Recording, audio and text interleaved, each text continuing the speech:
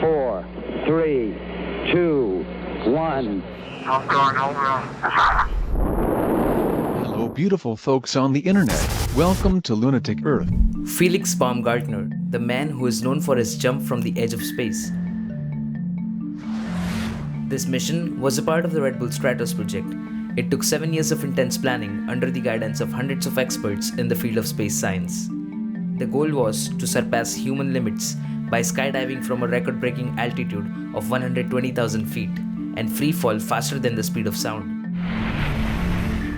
This event broke several world records, including being the most watched YouTube live stream ever, marked at a whopping 8 million live viewers. All this cost an estimate of $35 million. But the question is, did he really jump from the edge of space, or this was all just a deceptive marketing by Redbull?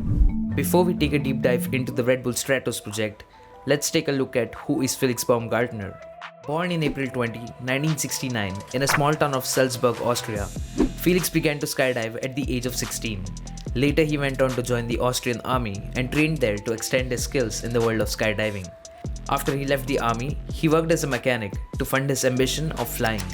By the time in 1987, Redbull came in the market and started to sponsor such extreme sports. A year later, Felix began to do skydiving exhibitions for Redbull, and ever since, they both wrote history together and set several unprecedented feats all over the world. As time went on, Felix felt that he'd gone as far as he could with his traditional skydiving, so he shifted to a bit more challenging sport of base jumping.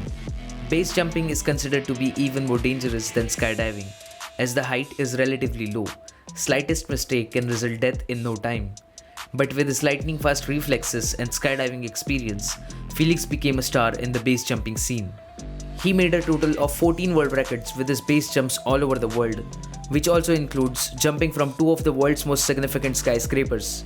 The first was the Patronus Tower in Malaysia, and the second was the Taipei 101 in Taiwan.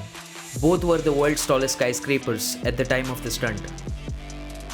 Apart from his insane base jumps, he also holds the title for the first ever person to race an airplane and win.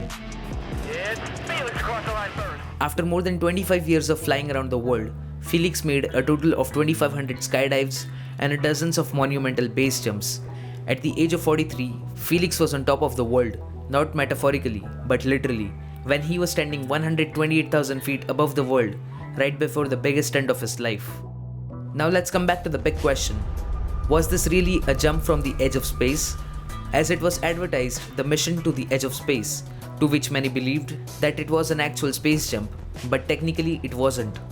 The Kármán line, which defines the boundary between the Earth's atmosphere and the outer space, is estimated at around 100 kilometers from the sea level.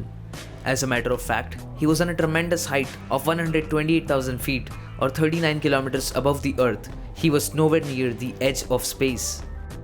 Having said that, this was still the biggest leap in the history of mankind. Felix wanted to break the record for the highest parachute jump, which was then held by Joseph Kittinger since the 1960s.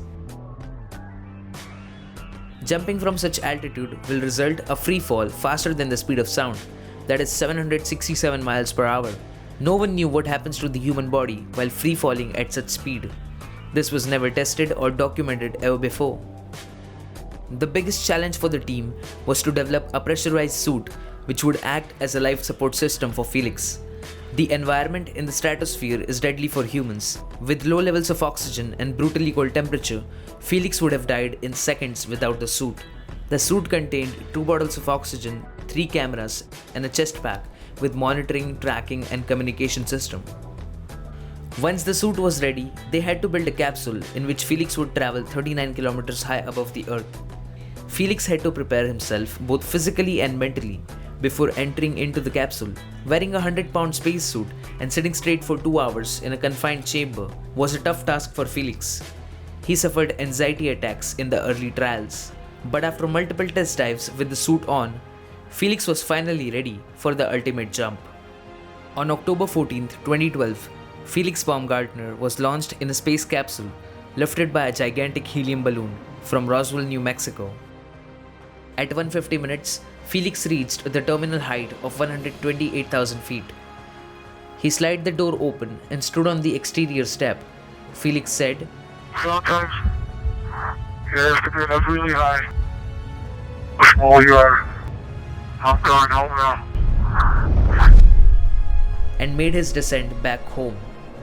As the world watched in real time, Felix went down at the speed of 843 miles per hour, having become the first human to break the speed of sound in a free fall.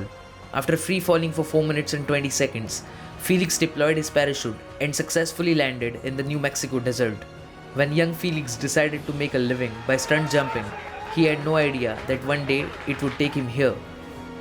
Redbull Stratos made history, pushed human achievements, and inspired millions around the world.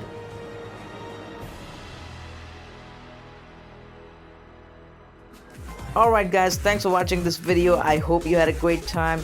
Don't forget to give this video a like, subscribe. Till then, Fuck this shit, I'm out. What's his name? Felix Baumgartner. He would have been about 2 millimeters above the surface of this globe. That's his edge of space. They made sure to photograph him standing there with a really wide-angle lens, which curves horizontal lines. So in the photo, you see this curvature of Earth's surface, and he said, wow, he's in space, look at that. No, he's not.